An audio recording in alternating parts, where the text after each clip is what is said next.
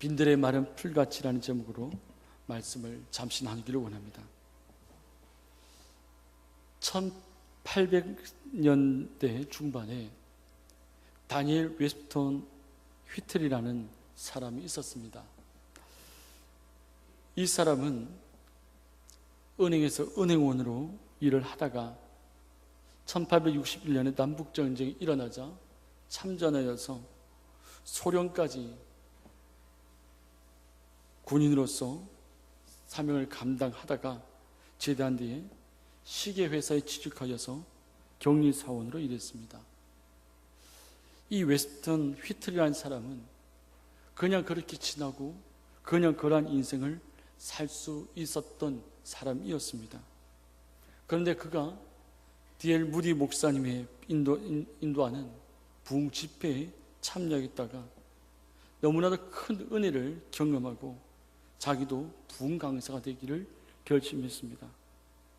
그래서 이 휘틀은 몇 년 후에 다니던 회사를 그만두고 부흥사가 되어서 이 D.L. 무디 팀에 합류했습니다. 이 D.L. 무디 목사님은 그의 능력을 인정하고 별도로 부흥 집회 팀을 만들어서 미국 전역을 순회하면서 부흥 집회를 할 수 있도록 그의 길을 열어주었습니다. 그때 그는 영감 넘치는 찬송가를 많이 지었습니다. 그리고 연주하였고 이 찬양을 많이 보급하는 일에 그의 인생을 바쳤습니다.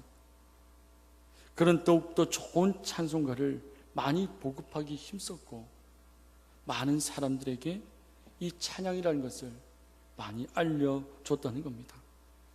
더구나 그는 자신이 설교자로서 부흥 집회를 인도하면서 이 설교를 도울 수 있는 말씀을 듣고 난 이후에 그들에게 어떻게 하면 찬양으로 마음과 생각에 깊이 새겨질 수 있도록 이 곡을 쓰는 일에 집중을 했습니다. 바로 우리가 이 말씀 예배드리기 전에 드렸던 빈들의 마른 풀같이라고 하는 찬양을 작사한 자가 바로 이 휘틀이라는 사람입니다. 이 빈들의 마른 풀같이라는 이 곡은 우리가 방금 읽었던 오늘 본문 말씀 에스겔 34장 26절의 말씀을 근거로 빈들의 마른 풀같이라는 찬양을 작사하게 되었습니다. 오늘 본문 말씀을 다시 한번 읽어드리면 이렇습니다. 내가 그들에게 복을 내리고 내 산 사방에 복을 내리며 때를 따라 소낙비를 내리되 복된 소낙비를 내리리라 라는 말씀입니다. 찬송가 183장 빈들의 마른 풀같이라는 곡을 우리가 하나하나 가사를 생각해 보면서 살펴보게 되면 후렴 앞부분에 계속 반복되는 것이 무엇이냐면 성령을 간절히 기다리네 성령을 내게도 주옵소서 성령을 부으소서 성령을 주실 줄 믿습니다 라고 하는 이러한 찬양 가사입니다. 우리가 너무나도 이 찬양을 잘 알고 있고 너무나도 이 찬양을 잘 부르고 있습니다. 그런데 이 시간 우리가 이 찬양 가사 가운데서 그리고 오늘 본문 말씀을 통해서 우리에게 지금 무엇을 이야기하고 있는지 빈들의 마른 풀같이라는 찬양을 우리가 부를 때 우리 마음 자신의 우리 태도는 어떻게 해야 될까라는 것을 먼저 간단하게 세 가지로 점검을 한번 해보자 합니다. 우리가 성령을 간절히 기다린다. 성령을 내게도 주옵소서. 성령을 부으소서. 성령을 주실 믿습니다. 라고 하는 부분에 있어서 목마른 사슴이 신의 문을 찾아 사모하듯 우리는 찬양을 드려야 합니다. 시편 42편 1절 말씀에 이렇게 말씀이 기록되어 있죠. 하나님이여 사슴이 신의 문을 찾기에 갈급함 같이 내 영혼이 주를 찾기에 갈급하나이다 라는 말씀입니다. 여기서 사슴이 신의 물을 사모한다는 말은 목마른 사슴이 그 물을 마시지 않으면 사느냐 죽느냐의 문제라는 겁니다. 그 물을 마셔도 되고 안 마셔도 되는 것이 아니라 그 물을 마셔야지만이 살 수 있다는 겁니다. 사막을 여행하는 사람들이 가장 중요하게 여기는 것이 무엇이겠습니까? 식량과 물이 있는데 사막을 여행하는 사람들 가장 중요한 것은 이 식량보다도 이 물이라고 하는 겁니다. 음식은 10일 동안 안 먹어도 살 수 있습니다. 그러나 뜨거운 사막 지역에서 땀을 펄펄 흘리면서 2, 3일만 물을 마시지 않으면 그거는 살아갈 수가 없다는 겁니다. 더 이상 아무런 힘을 낼 수 없는 그런 처지에 처하게 된다는 겁니다. 오늘 대구가 너무나 날씨가 많이 더웠습니다. 가만히 있기만 해도 땀을 흘리고 이 더위 속에서도 우리는 우리의 몸이 지치고 힘이 빠지고 그런 어떤 우리의 현상들을 우리가 지금 경험을 했지 않습니까? 바로 목마른 사슴이 시름을 찾아 헤매인다. 물을 마셔야지만 살 수 있다. 이것을 우리가 다시 한 번 더 생각해서 정리해 보면 성령을 받지 않으면 살 수가 없다는 뜻입니다. 성령을 받지 않으면 살 수가 없다는 뜻입니다. 우리가 새벽기도의 사도행전을 계속 해나가고 있습니다. 사도행전 1장에 보면 주님께서 우리에게 뭐라고 말씀하십니까? 너희가 성령을 받기를 기다리라고 말씀하지 않습니까? 성령을 받음을 통해서 예수님의 제자들이 변화된 것을 우리는 목격하고 성령을 받음을 통해서 베드로가 바뀐 것을 우리는 목격을 하게 되고 성령을 받음을 통해서 사도 바울이 변화된 것을 우리는 목격하게 됩니다. 올해 너무나 오랜 동안 신앙생활을 해왔고 지금 해가고 있습니다. 우리가 성령은 받아도 되고 안 받아도 되는 선택사항이 아닙니다. 우리가 이 땅에서 그리스도인으로 힘있고 능력있게 살기 위해서는 반드시 성령 충만을 받아야 합니다. 저와 우리 모두가 목마른 사슴이 살기 위해서 물을 마시듯이 그리스도인으로서 이 땅에서 우리가 승리하면서 살아가기 위해서는 성령 충만을 받을 수 있는 저와 우리 모두가 되기를 주님의 이름으로 간절히 축복합니다. 우리가 이 찬양 가사 가운데 두 번째 확인할 것은 은혜를 꼭 받아야 한다는 겁니다. 우리가 찬양을 드릴 때나 예배를 드릴 때나 기도할 때나 우리는 은혜를 반드시 받아야 합니다. 은혜를 반드시 받을 수 있기를 바랍니다. 열왕기하 2장 6절 말씀입니다. 열왕기하 2장 6절 말씀 앞에 말씀이 준비되어 있습니다. 우리 한 목소리로 말씀을 합독하시겠습니다. 엘리야가 또 엘리사에게 이르되 청하건대 너는 여기 머물라 여호와께서 나를 요단으로 보내시느니라 하니 그가 이르되 여호와께서 살아계심과 당신의 영혼이 살아있음을 두고 맹세하노니 내가 당신을 떠나지 아니하겠나이다 하는지라. 이에 두 사람이 가니라. 아멘. 엘리야와 엘리사의 대화죠. 엘리야는 엘리사를 빼서 베델로 여리고로 요단으로 가면서 이 엘리사가 간구하는 것을 거절하였고 하늘로 올라가 버렸습니다. 그러나 엘리사는 더욱더 간절히 구합니다. 더욱더 이 엘리야보다도 갑질의 영감을 간구하였을 때 바로 이 엘리사가 큰 권능을 받아서 이스라엘의 영적인 지도자로 쓰임받음을 우리가 볼 수가 있습니다. 이 자리에 있는 저와 우리는 은혜를 받아도 좋고 받지 않아도 좋고 그것이 아닙니다. 우리는 은혜를 꼭 받아야 합니다. 은혜를 꼭 받아야지만이 저와 우리는 살 수가 있습니다. 우리가 예배드릴 때 말씀을 들을 때 은혜를 꼭 받아야 한다는 그러한 자세로 찬양을 하고 그러한 자세로 예배를 드릴 수 있기를 원합니다. 우리가 세 번째로 확인할 것은 죄가 있는 자는 은혜를 받을 수 없다는 그 사실을 우리는 잊지 말아야 합니다. 이사야 59장 2절 말씀입니다.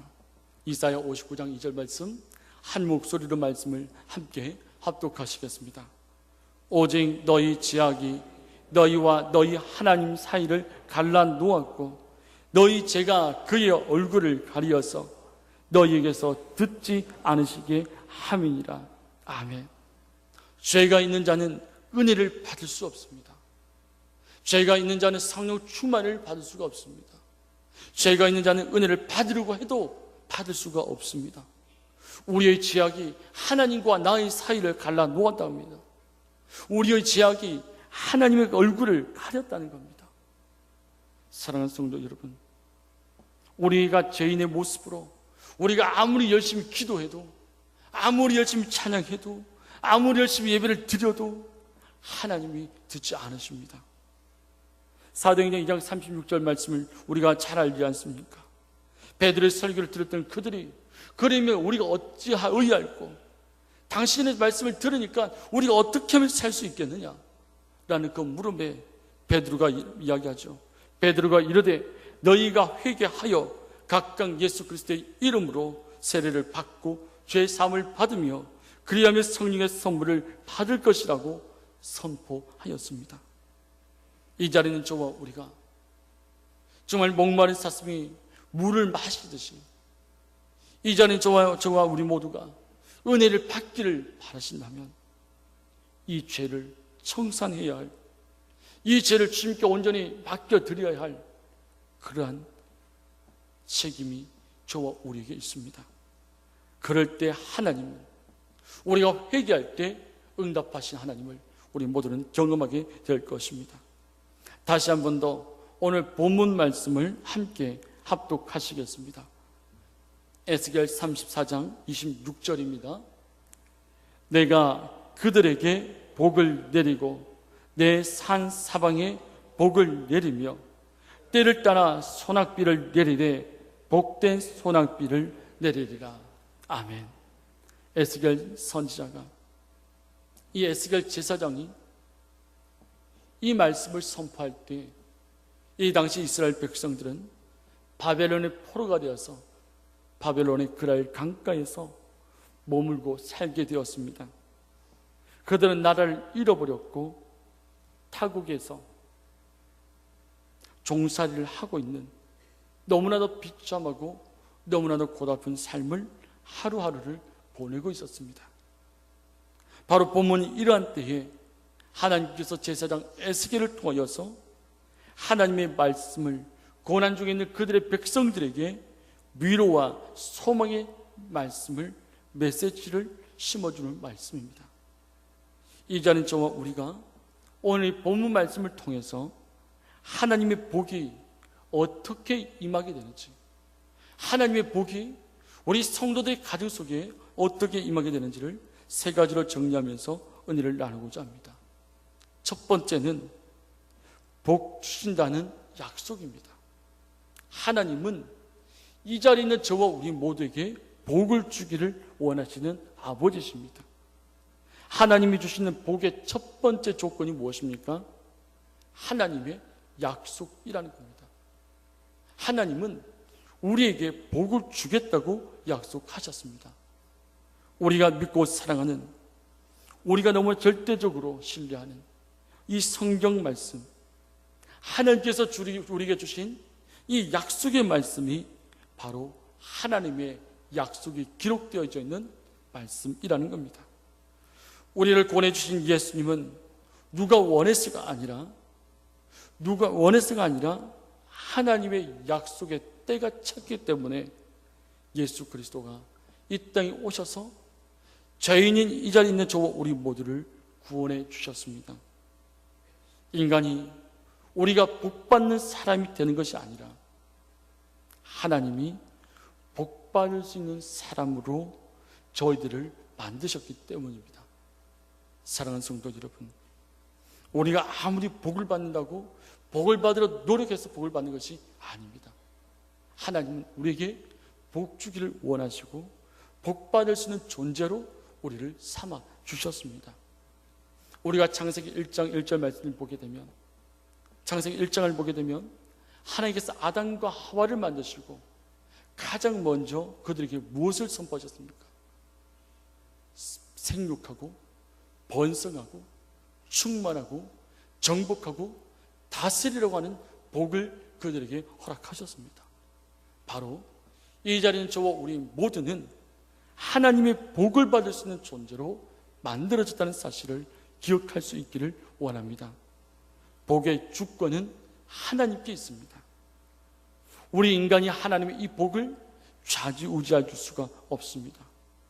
아브라함도 나이가 100세가 되었고 사라의 태의 문도 닫혔고 도저히 자식을 볼 수 없는 그러한 현실 속에서도 이 아브라함은 믿음이 약해지지 않고 믿음이 없어서 하나님의 약속을 의심하지 않고 하나님을 붙들었습니다. 믿음은 바라는 것들의 실상이요 보이지 않는 것들의 증거라고 말씀하신 것처럼 하나님은 아브라함의 그 믿음을 의로 여기신 겁니다. 그러므로 이 아브라함은 이삭을 선물로 받게 되었습니다. 로마서 9장 16절입니다. 로마서 9장 16절 말씀을 한 목소리로 말씀을 함께 합독하시겠습니다. 로마서 9장 16절입니다. 제가 말씀을 봉독해 드리겠습니다. 그런즉 원하는 자로 말미암음도 아니요 다른 박질 하는 자로 말미암음도 아니요 오직 긍휼히 여기시는 하나님으로 말미암음이다. 우리가 원한다고 해서 복을 받는 것도 아닙니다. 우리가 열심히 뛰어간다고 해서 복을 받는 것이 아닙니다. 하나님이 긍휼히 여기심으로 이 자리에 있는 저와 우리 모두가 복 주신다는 하나님의 그 약속을 우리 삶 속에서 성취하시는 그 하나님을 경험할 수 있기를 주님의 이름으로 간절히 축복합니다. 두 번째로 오늘 본문 말씀이 우리에게 말씀하는 것은 그 산과 사면이 복되다고 하신다는 겁니다. 하나님의 복을 받은 사람 때문에 그 사람이 살고 있는 동서남북에 있는 모든 사람들이 복을 받게 된다는 겁니다. 이 자리는 우리 만민 공동체 여러분, 우리 주의 성도들이 가는 그 자리가 복의 자리가 될 줄 믿습니다. 우리 성도님이 가시는 그 직장이 복된 자리인 줄 믿습니다. 우리 성도님이 가시는 그 가정이 복된 가정인 줄 믿습니다. 집안에 등경 위에다가 불을 켜게 되면 모든 주변 사람들까지 혜택을 받게 됩니다. 아브라함은 복의 근원이라서 하나님께서 칭함을 받았습니다. 복의 근원이라고 하나님은 아브라함을 칭했습니다. 이날 하나님 약속을 받고 그 약속을 지키면 누구나 복을 받을 수 있다는 겁니다. 이 자리를 지키고 있는 모든 주의 성도들이 하나님의 복을 받은 사람으로서 이 땅을 승리하며 살아가고 이 시대가 죽어가고 있다는데 이 시대가 사랑이 사라지고 있다는데 이 자리에 있는 저 우리 복된 우리 주의 성도들을 통해서 주님의 이름이 더욱더 높아지고 주님의 하나님의 그 복이 우리 성도들을 통해서 흘러 넘치는 그러한 삶의 자리가 되기를 다시 한번 더 주님의 이름으로 축복합니다. 오늘 본문 말씀은 우리에게 세 번째로 하나만 주시는 것이 아니고 넘치게 주신다는 겁니다.